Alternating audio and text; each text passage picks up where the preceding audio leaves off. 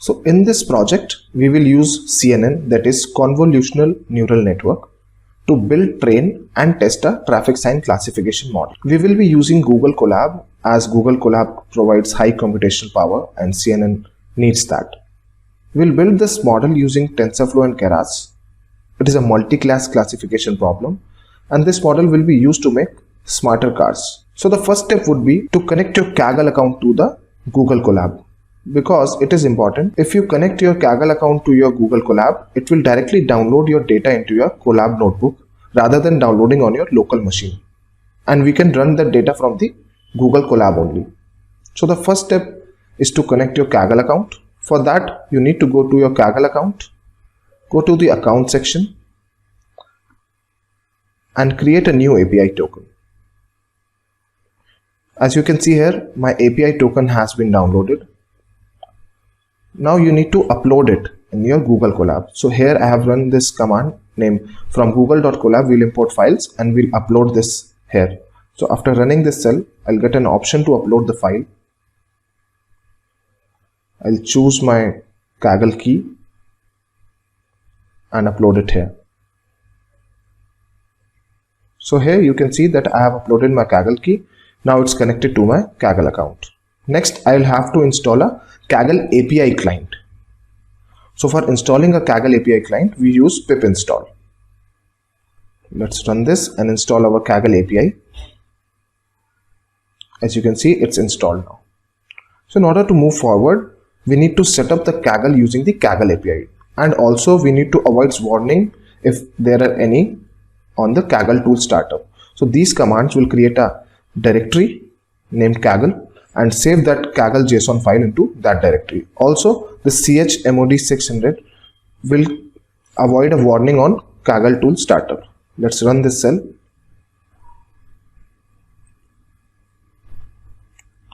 So now we have our Kaggle account setup complete. Next, we will create a new directory which will be a traffic sign dataset, as we are working on a traffic sign classification model, and we'll change our current directory to that dataset. So here you can see that it created a directory named traffic sign dataset and change our current directory to traffic sign dataset. Next, we will search Kaggle for the required dataset we want. So I already know that the dataset I want is with this name, GTSRB, German traffic sign. I'll still search it on Kaggle to download a list of datasets, and I'll select the dataset I want. So we'll run this command and get a list of all the datasets. So these are the datasets that we searched on Kaggle. Now we will download this first version, that is GTSRB German traffic signs, into our Kaggle notebook. So for this, we need to run this command, that is Kaggle datasets download, and this whole name of it, the reference of that dataset. Let's download this.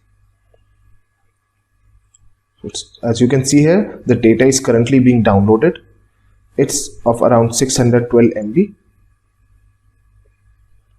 It will directly get downloaded into your Google Colab, otherwise you have to download it on your local machine. So as you can see, the data has been downloaded. So let's move forward. Now we need to unzip this data and to remove some of the unwanted files. So here you can see that I am unzipping this traffic sign dataset. Also, I am removing some of the undesired files that are meta, test, train, meta.csv. I don't need these files, so I'll remove these files. So let's run this cell and unzip our data and remove the unnecessary data. So it's working currently and it's unzipping the data and removing the unnecessary files.